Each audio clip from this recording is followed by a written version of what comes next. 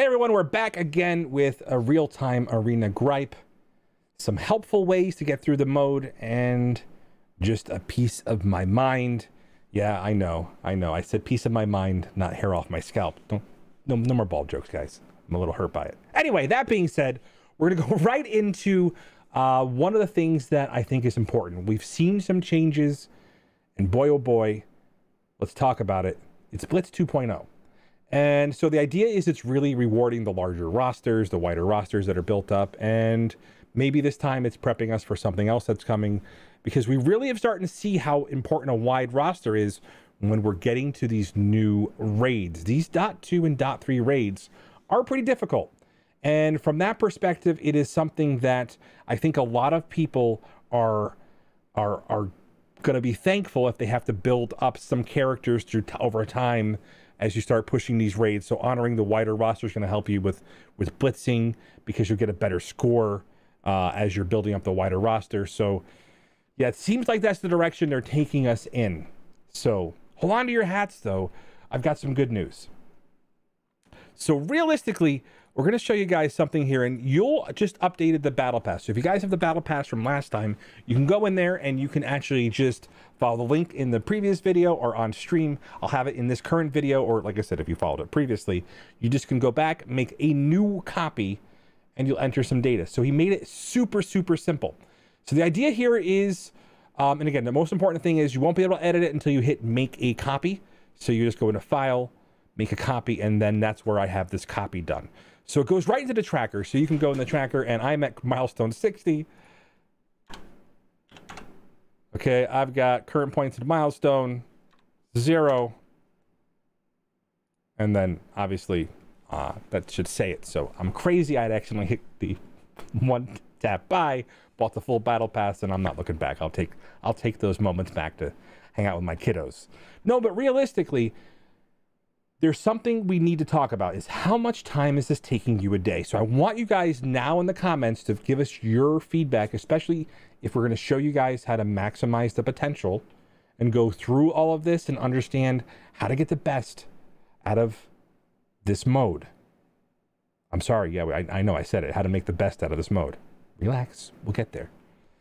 So the idea behind it is, just like last time, you don't have to focus on the 600 ability challenges. Those are if you really want to push those objectives hard and you want to get more battle pass rewards early.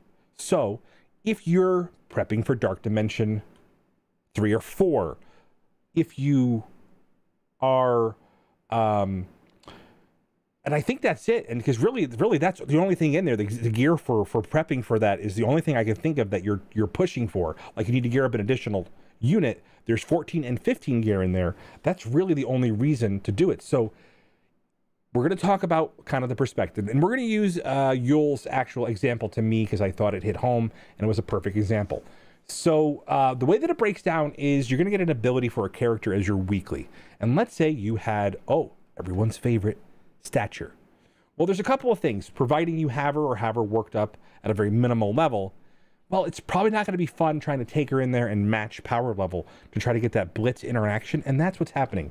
We're seeing that banding based on the single team power of the team you break. Now, I know there's going to be about 10% of the fights or a little bit lower. We're actually tracking it. It's not that often that you're getting some wonky matchups. Be prepared for those. It just happens. It's not perfect.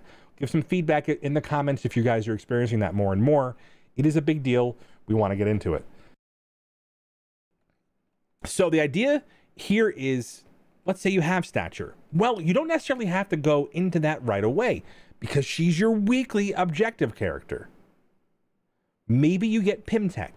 And if you get Pimtech, well, that's a lot easier to get done. Let's use Wakanda. You have Okoye.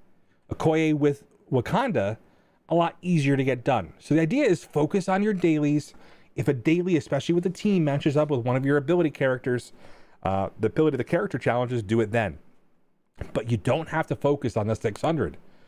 Honestly, I mean, you can get a big jump ahead of time if you're doing it over time. But the idea here is it's not about knockouts. It's not. And so there's kind of a change in thinking from last season. And the problem is when last season was thrust upon us, it was absolutely an incredible challenge to understand why this mode was here. And so my roster at the top of the game was fun to play. I had fun because I can just roll over people with my TCP, my G14 and G15 units. And realistically, I can build a lot of teams that a lot of people didn't have access to. So my dailies, my weeklies weren't done.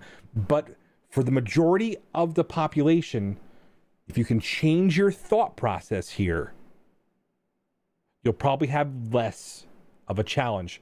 But here's the thing. I'm going to say something that's probably going to be controversial, and I think we need to understand this, okay? This mode doesn't feel fun.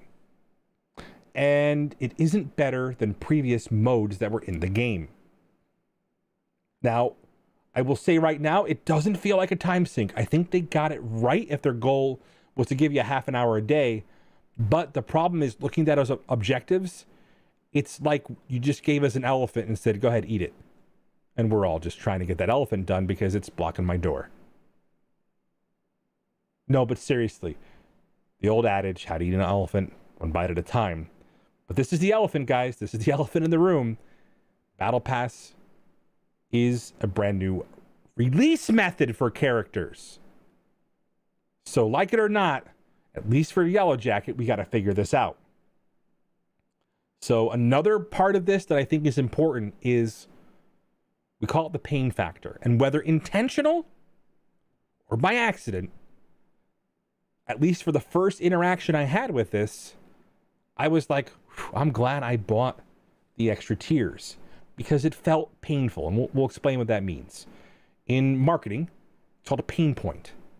Either you can create a pain and sell the solution, sell the medicine to fix it, which is buying the extra tiers.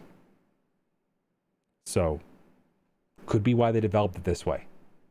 Could also be more that they basically specifically designed this. Again, I'm not sure how many people bought it. I'd like to get your ideas in the comments. Tell me if you guys bought the extra tier, if you guys completed your tier previously. We'll get a good idea from you guys in the community in the comments. I actually like reading along those, and I try to respond to what I can. So,